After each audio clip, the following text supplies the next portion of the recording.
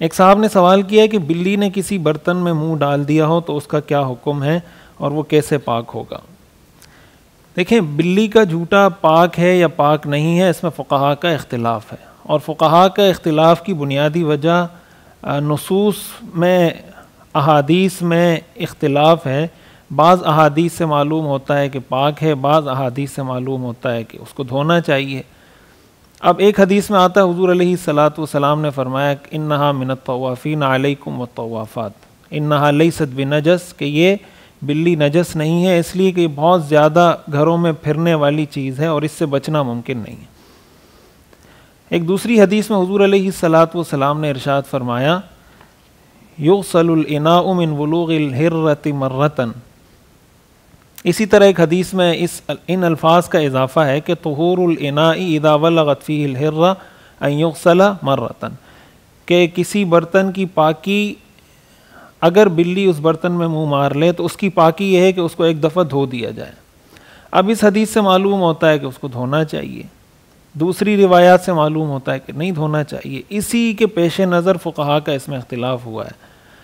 फ़ुक़हा हनफिया का मसलक इस बारे में यह है कि बिल्ली का जूठा मकरूह है।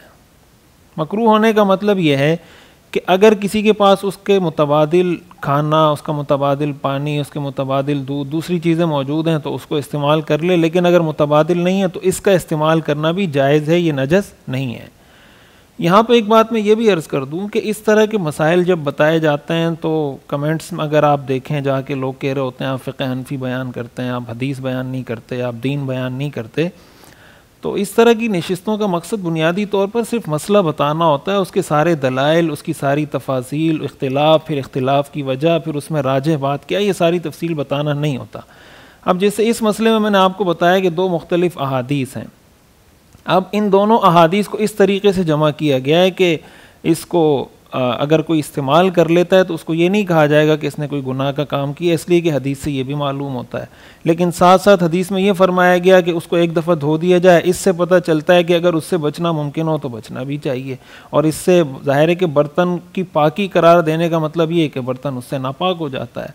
तो इस तरह की वो सारी रिवायात किसी भी मसले के, किसी भी हुक्म के पीछे होती है जिसके पेश नज़र मसला बताया जाता है, तो इसलिए ये सारी तफसील सामने रखनी चाहिए। और इसी में एक बात ये भी है कि फ़ुक़हा ने ये भी लिखा है कि अगर किसी ने अपनी नज़रों से देखा कि बिल्ली को नजासत खाते हुए, और जैसे ही उसने वो नजासत खाई और फ़ौरन पानी में मुँह मार दिया, तो फिर वो पानी सबके नज़दीक नजस हो जाएगा। और उसके नजस होने की बुनियादी वजह ये है कि उसकी नजस होने की बुनियादी वजह ये होगी कि उस पानी में नजासत गिर गई है, उस पानी में नापाकी आ गई है। लिहाजा नापाकी आने का मतलब ये है कि वो पानी भी नापाक हो जाएगा, तो फिर तो उसका इस्तेमाल जायज़ ही नहीं होगा।